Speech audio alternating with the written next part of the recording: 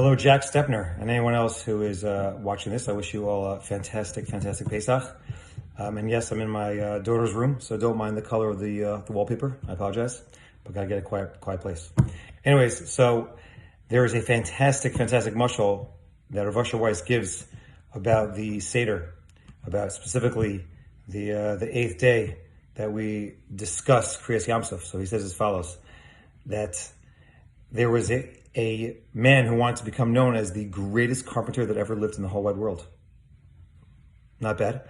And he decides, I'm going to take a whole year, I'm going to focus on creating this incredible sculpture, this edifice.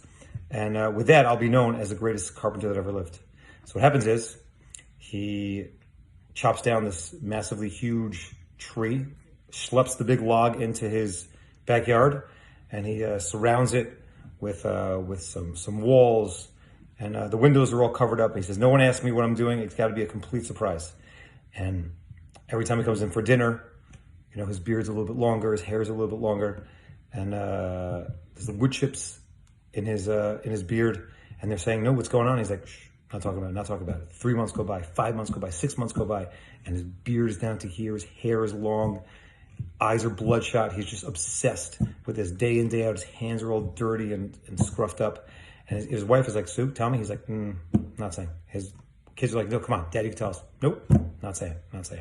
So after about 9 months, 10 months, he starts getting to the staining process, and he's bringing all these different colors and this and the fine tools at the end to tweak it the last month. And finally, after a year, he says, okay, we're going to announce it. We're going to bring it to the town square, open it up, and everyone's going to see, and they're going to say, wow, I really am the greatest carpenter in the whole wide world.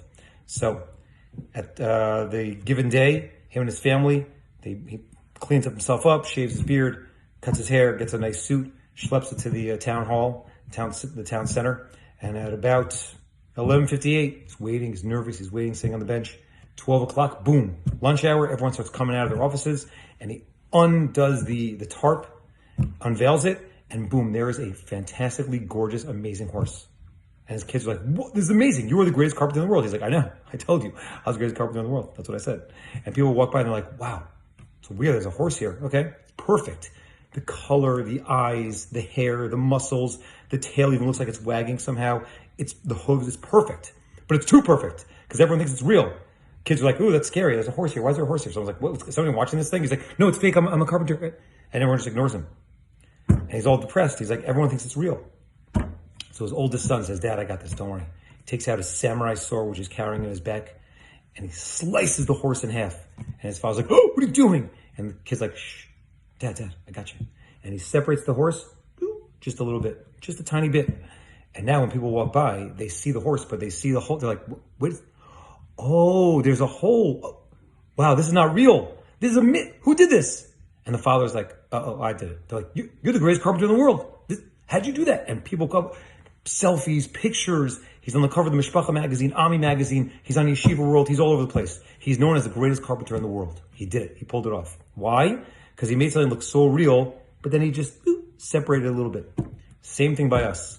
We go through a Yontif, we go through Makas, and the greatest hakara, we say, is when we have Kriyas Yamsuf. We understand Kosh Baruch Hu runs the world, but, maybe a coincidence, maybe this, that, frogs, who knows that. We believe in Kosh Baruch Hu.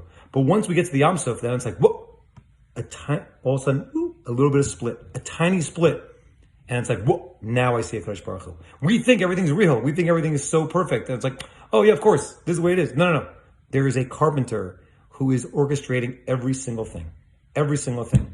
So at the time of Geula, at the time of Emunah, with the Kosh Baruch Hu, we have to remember Kosh Baruch Hu is orchestrating everything, and it shouldn't take sometimes this split to make us see a Kosh Baruch Hu. Everything around this is orchestrated by the greatest carpenter. Have a fantastic Yontif, and thank you, Jack Stepner, for running into me on the street. Take care.